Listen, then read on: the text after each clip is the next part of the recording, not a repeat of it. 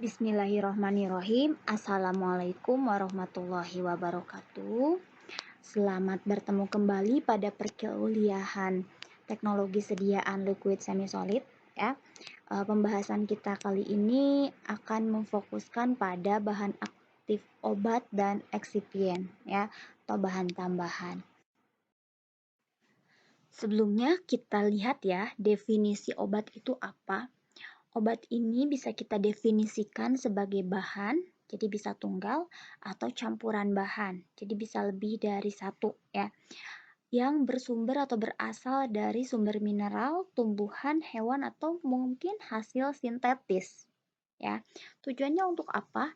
Dari mulai diagnosis, pencegahan, sampai pengobatan pada manusia atau hewan. Seperti itu. Nah, saat suatu obat atau suatu bahan obat ini kita campur dengan eksipien atau unsur farmasetik, pastinya eksipien tersebut tidak boleh aktif secara fisiologis ya, atau inert. Itu akan menjadi bentuk sediaan. Jadi obat ditambah eksipien itu menjadi suatu bentuk sediaan ya. Nah, standar untuk bahan aktif obat dan eksipien ini tercantum dalam kompendial. Jadi tergantung ya kita ada di negara mana misalnya. Kompendialnya di Indonesia itu Farmakope Indonesia. Ya. Di kompendial masing-masing negara itu menyajikan apa aja informasi-informasi yang relevan terkait keamanan, efikasi, dan mutu yang sesuai dengan standar. Jadi jangan jauh-jauh kalau kita mau membuat suatu sediaan misalkan ya dari bahan obat di suatu daerah atau suatu negara gitu. Kita mengacu pada kompendial yang berlaku di daerah tersebut. Ya, karena itu sudah mencakup aspek-aspek keamanan, efikasi, mutu yang relevan gitu ya, yang sesuai standar seperti itu. Nah, ini contoh standar bahan aktif ya dalam kompendial atau kita sebut monografi. Jadi dalam monografi itu akan kita temukan standar-standar yang harus dicapai gitu ya oleh suatu bahan aktif atau oleh suatu sediaan. Seperti ini. Alamin misalnya ya, dalam monografi standar batas mikrobanya seperti apa? Nah, tidak boleh mengandung Staphylococcus aureus dan Pseudomonas aeruginosa. Contohnya seperti itu. Itu sesuai standar. Contohnya ya, itu salah satu contoh aja. Nah, kita lihat kembali ya tentang sifat fisika dan kimia obat atau sifat fisikokimia ya disingkatnya. Sifat fisikokimia ini untuk setiap bahan pasti beda ya, karena khas gitu ya. Setiap bahan memiliki struktur yang berbeda, sehingga karakteristiknya berbeda, sifat fisiknya juga pasti beda, sifat kimianya juga pasti beda. Ya, perlu diingat kayak kita aja manusia itu unik gitu ya, pasti berbeda-beda. Sama bahan atau materi juga unik gitu ya, berbeda sifat fisika dan kimianya. Apa gunanya gitu si sifat fisika dan kimia ini atau sifat fisikokimia ini? Pertama, dia ini yang digunakan sebagai dasar untuk menyusun standar identifikasi dan pengujian. Jadi, dalam monografi gitu ya, kenapa bisa suatu identifikasi itu berbeda antara satu bahan dengan bahan lain? Karena berdasarkan sifat fisika dan kimianya mereka sudah berbeda, sehingga pengujiannya pun bisa berbeda. Seperti itu. Mungkin yang satu bisa dia merespon terhadap reaksi warna, tapi bahan yang lain tidak. Seperti itu ya. Selain itu, dia digunakan juga, sifat fisikokimia ini digunakan juga dalam pertimbangan untuk menyusun formula.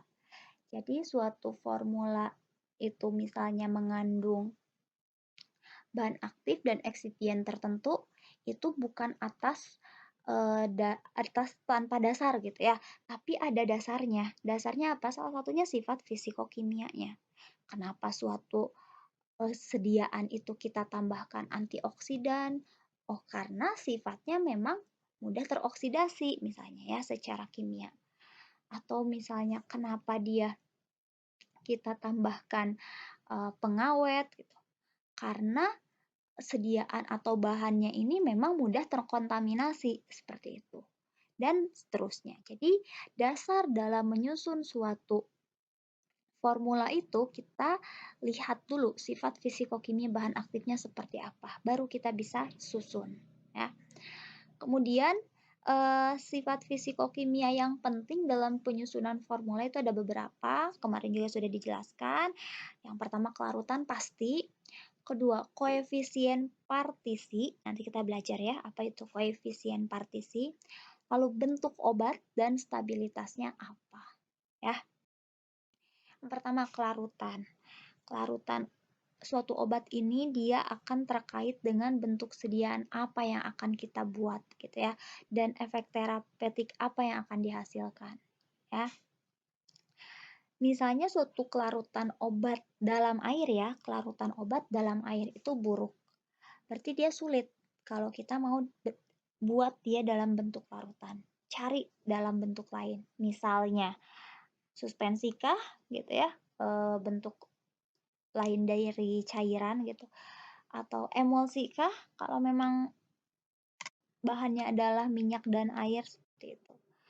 Lalu kalau memang dia itu sulit kita buat dalam bentuk larutan tadi, dicari alternatif bentuk sediaannya apa atau alternatif dari bentuk zat aktifnya. Zat aktif itu bisa bentuknya garam, bentuknya ester, atau bentuknya netra, dan itu memiliki kelarutan yang berbeda di dalam air. Biasanya bentuk garam, bentuk ester itu lebih larut dalam air, seperti itu. Nah, kemudian kadang kita juga menemukan informasi kelarutan dalam berbagai pH. Ya, dalam berbagai pH itu kita akan temukan informasi kelarutan sebagai apa? Sebagai gambaran gitu ya, tentang daya serap dalam berbagai kondisi cairan tubuh. Jadi cairan tubuh itu kan kita tahu ya pH-nya berbeda. Antara lambung dan usus itu berbeda pH-nya. Kalau kita punya informasi kelarutan suatu zat aktif dalam pH tertentu gitu, itu kita bisa dapat gambaran gitu ya bagaimana bahan obat ini diserap oleh tubuh kita. Seperti itu. Nah, yang jadi masalah biasanya kan dalam kelarutan itu kecil ya kelarutan dalam airnya. Sehingga kadang-kadang kita lakukan usaha untuk meningkatkan kelarutan. Banyak caranya, bisa kita perkecil ukurannya, bisa kita buat kompleks gitu ya, atau kita siapkan dalam bentuk lainnya. Bentuk garam kah, bentuk ester, ini udah pernah dibahas.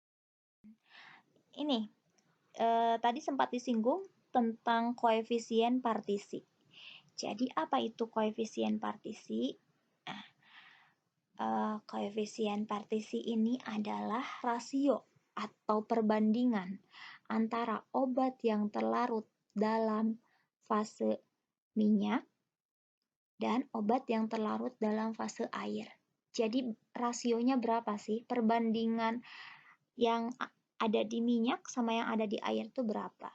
Kita lihat dulu sebelumnya ya, sebelum itu definisi secara umum. Tapi kita lihat dulu asal-muasalnya. Suatu membran sel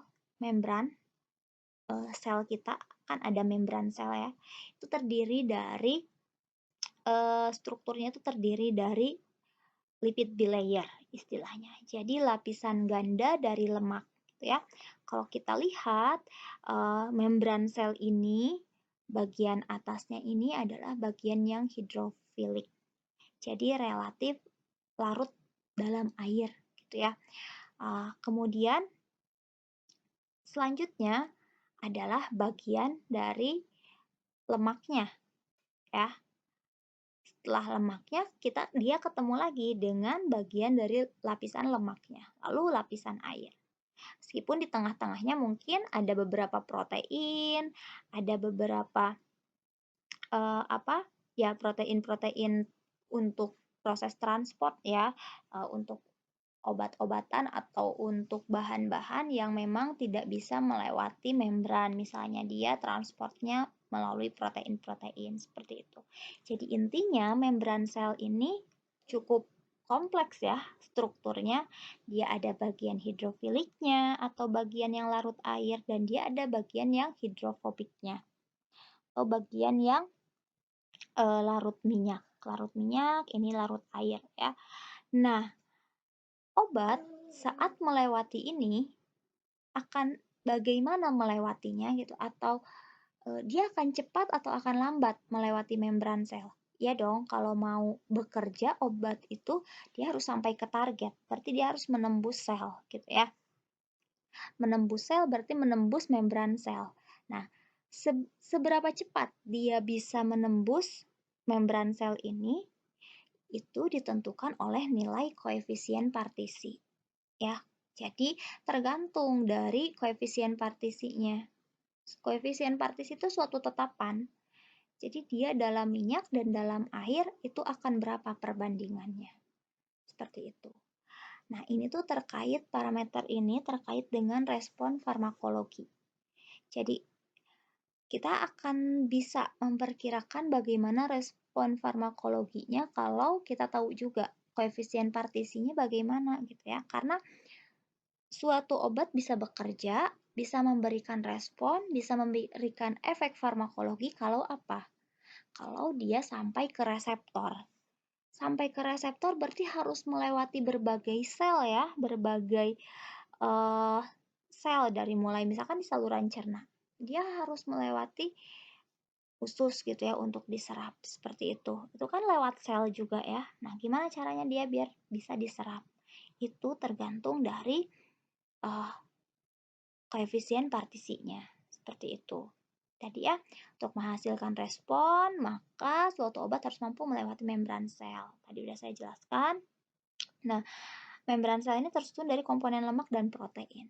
Ini komponen lemak, ini komponen protein. Ya. Nah, koefisien partisi dari suatu bahan itu menunjukkan apa? Rasio atau perbandingan distribusi obat dalam sistem dua fase, yaitu dalam sistem yang hidrofob dan hidrofilik. Atau tadi, ringkasnya, perbandingan antara konsentrasi obat dalam fase hidrofobik atau fase lemak ya, dan konsentrasi obat dalam fase hidrofilik atau fase yang larut air seperti itu.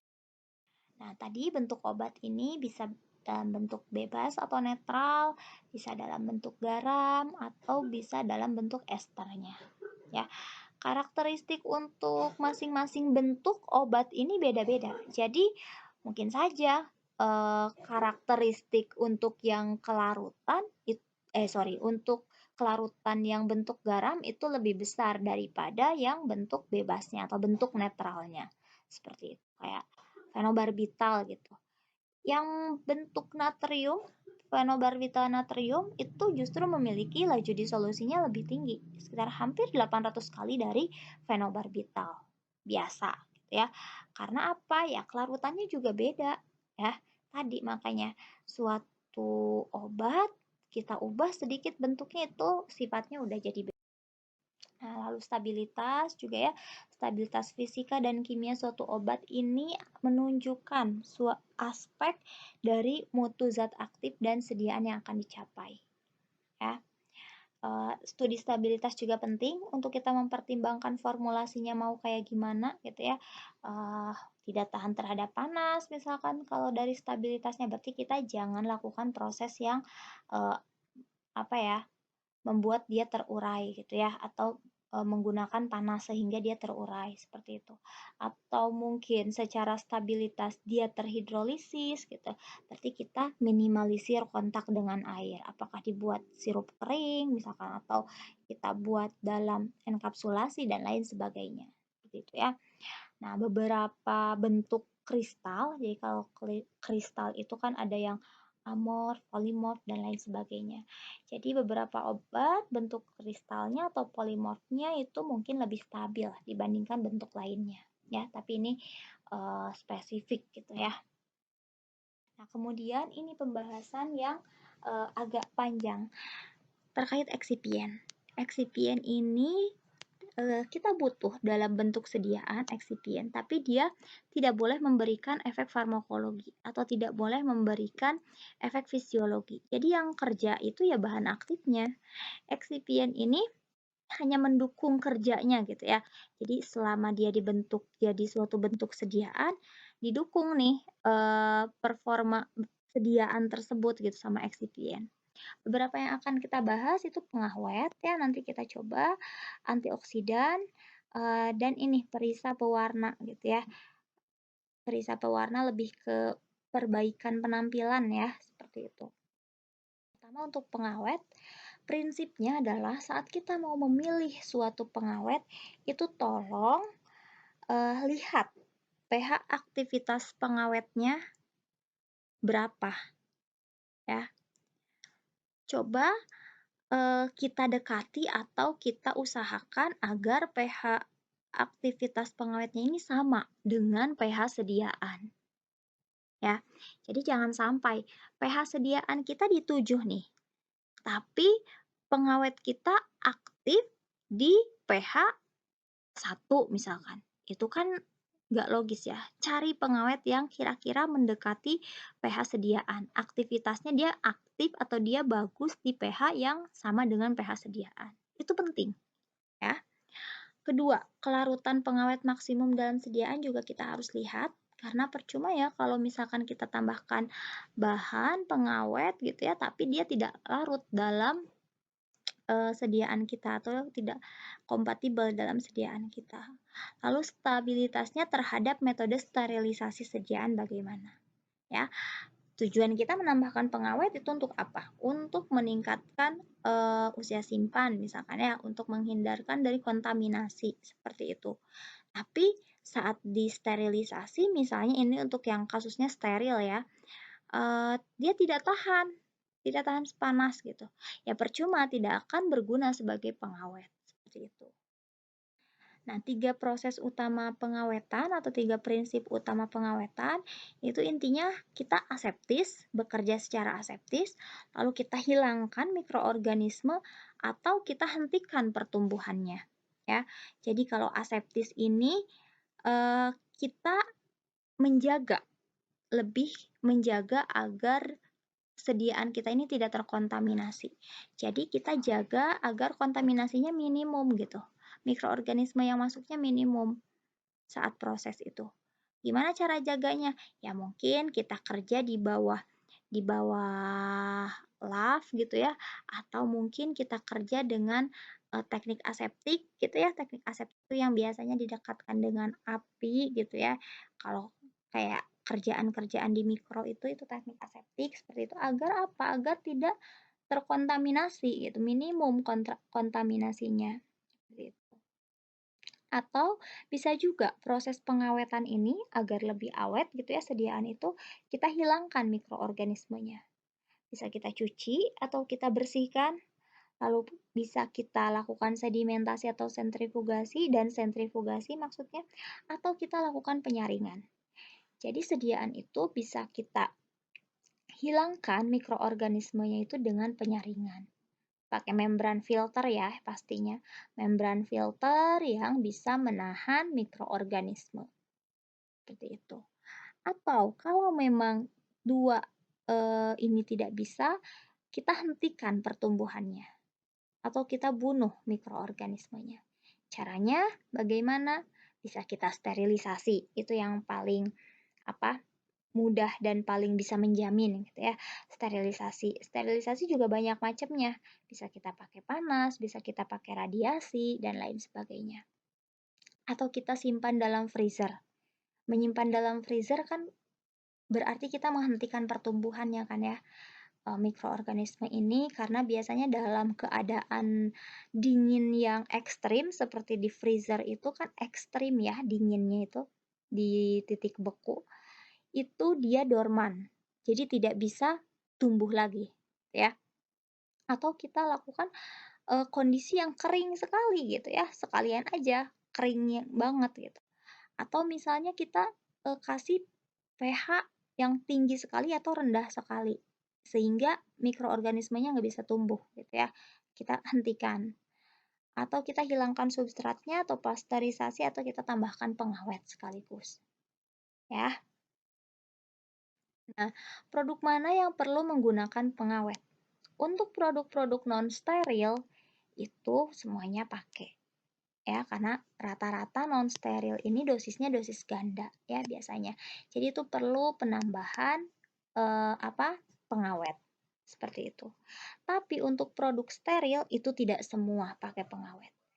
Hanya sediaan-sediaan dosis ganda aja yang kita pakaikan pengawet. Seperti injeksi atau obat tetes yang sediaannya dosis ganda gitu. Kalau dia dosis tunggal, sekali kita copot ampulnya, kita ambil semua, kita injeksikan langsung semua, itu kan dosis tunggal tuh, itu nggak perlu karena kan sudah melalui proses sterilisasi kalau di steril ya. Jadi kuncinya adalah kalau dia dosis ganda. Nah, infus atau sediaan steril yang volume besar juga itu tidak memerlukan pengawet. Ini beberapa contoh pengawet yang sering digunakan. Kalian bisa lihat gitu ya, bisa merujuk pada buku-buku yang berisi tentang excipient. Ya, seperti Handbook of Pharmaceutical Excipient gitu ya. Konsentrasinya pada konsentrasi berapa sih dia berfungsi sebagai pengawet gitu ya. Dan ingat, selalu cek pustaka ya. Lihat di pustaka pengawetnya apa, berapa konsentrasinya.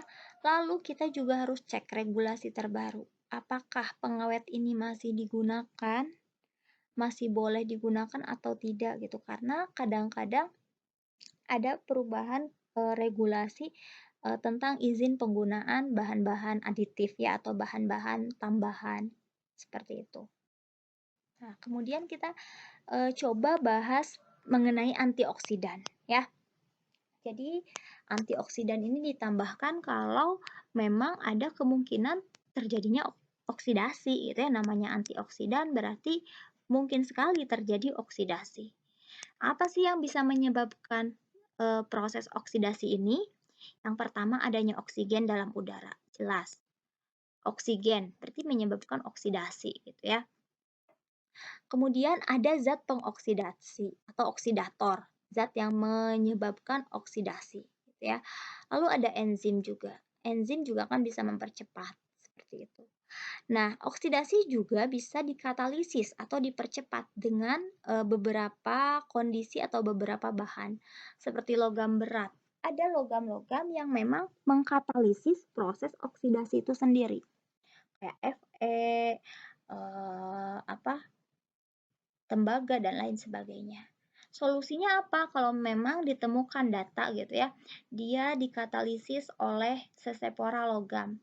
Berarti kita solusinya kita tambahkan sekuesteran. Silakan cari ya sekuesteran itu apa ya.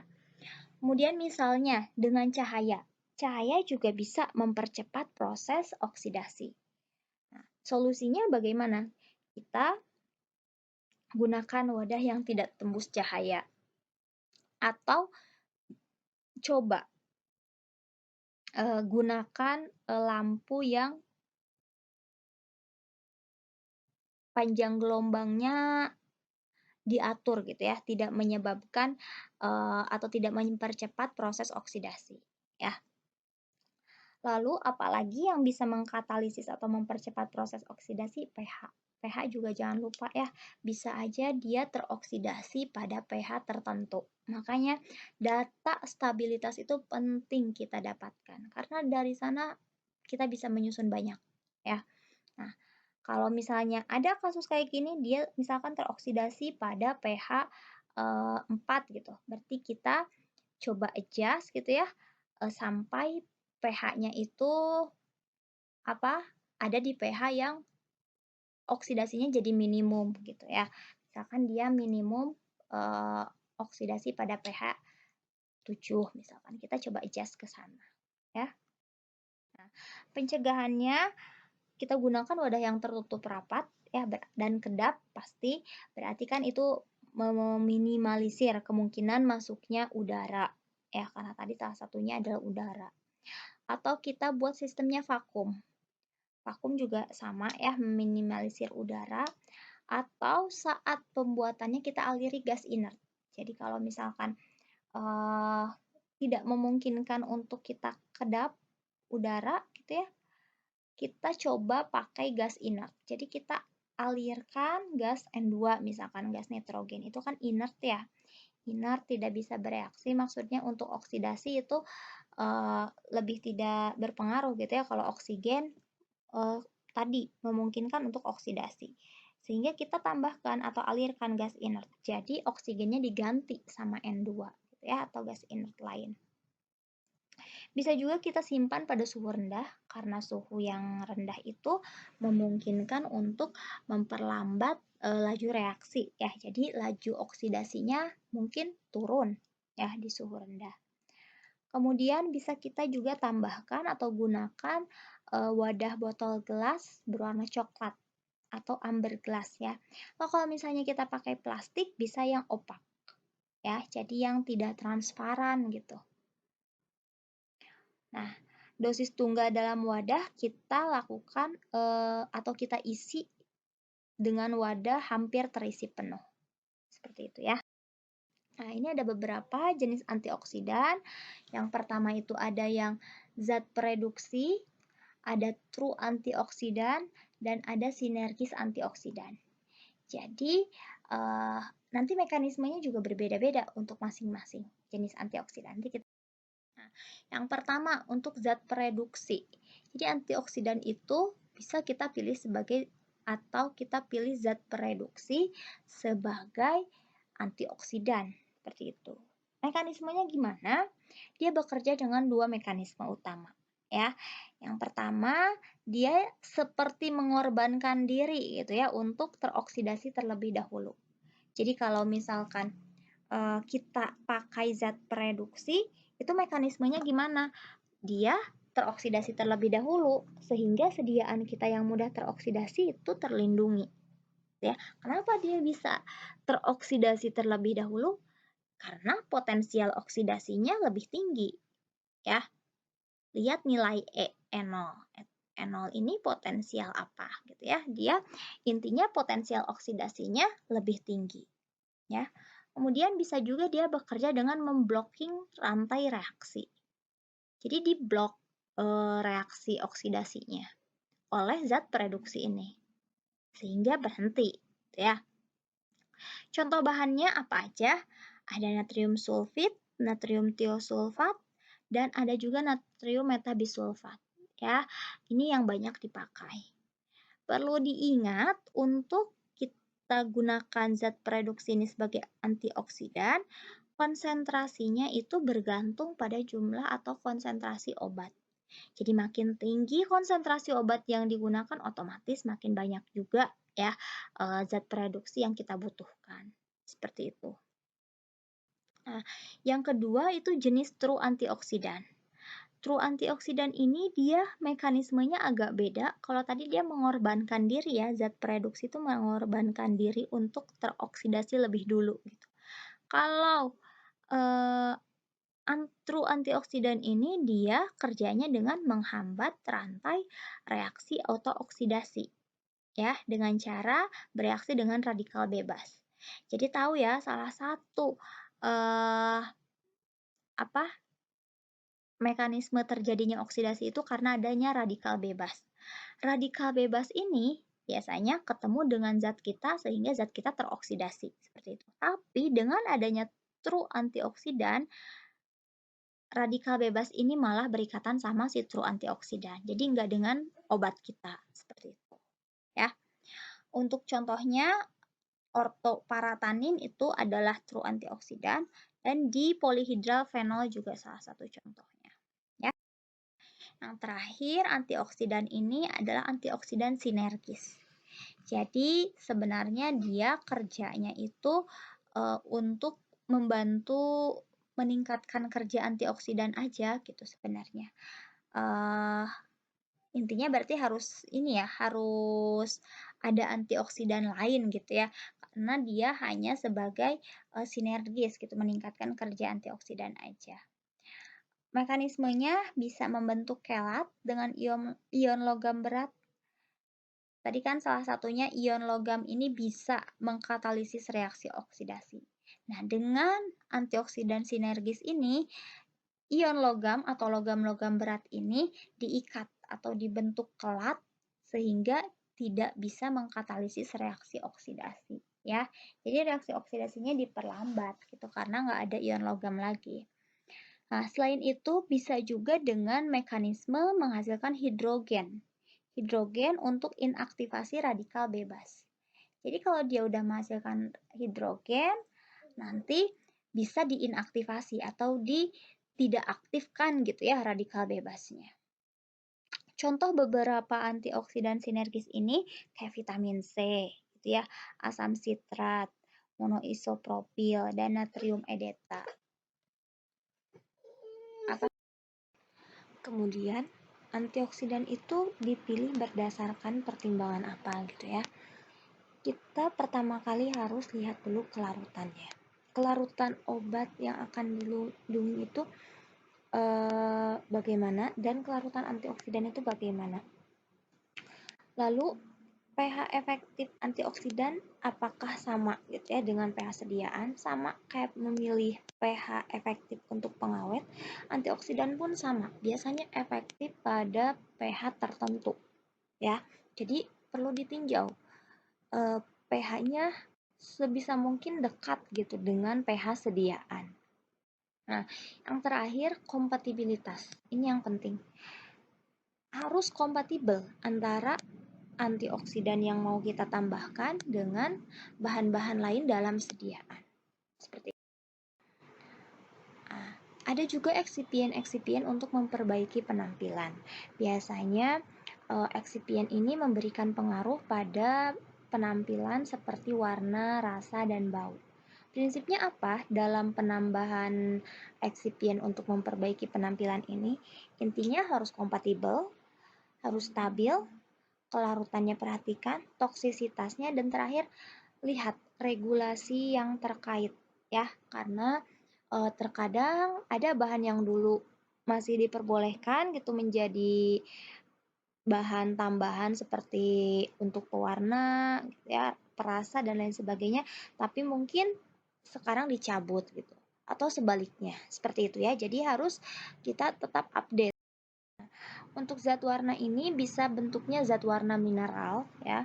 Bisa juga kita ambil dari zat warna alam, tapi mungkin zat warna alam ini kadang-kadang dia intensitas dan konsentrasinya tinggi, tidak larut tapi cepat pudar gitu ya. Ada juga zat warna yang sintetis. Dia biasanya spesifik gitu ya warnanya, larut air dan intensitasnya baik dan stabil. Biasanya lebih stabil kalau sintesis ya, karena lebih bisa kita modifikasi gitu. Ada juga zat warna atau pigmen warna lake istilahnya. Dia untuk zat warna yang tidak larut dalam air. Jadi tolong dilihat ya, karakteristik zat warna juga berbeda. Untuk flavoring agent itu biasanya ditambahkan untuk meningkatkan penerimaan atau meningkatkan penampilan dari sediaan. Ya, bahannya bisa pemanis, sirup wangi gitu ya, minyak atsiri dan lain sebagainya. Untuk pemanis ini ada yang bahannya juga non sugar ya. Jadi pemanis yang non sugar itu adalah golongan-golongan poliol seperti sorbitol, manitol, silitol gitu ya. Sakarin juga, aspartam juga seperti itu. Kalau ada istilah sugar free ya, berarti itu dia masih menggunakan pemanis tapi tanpa fruktosa, glukosa dan sukrosa atau gula buah ya. Seperti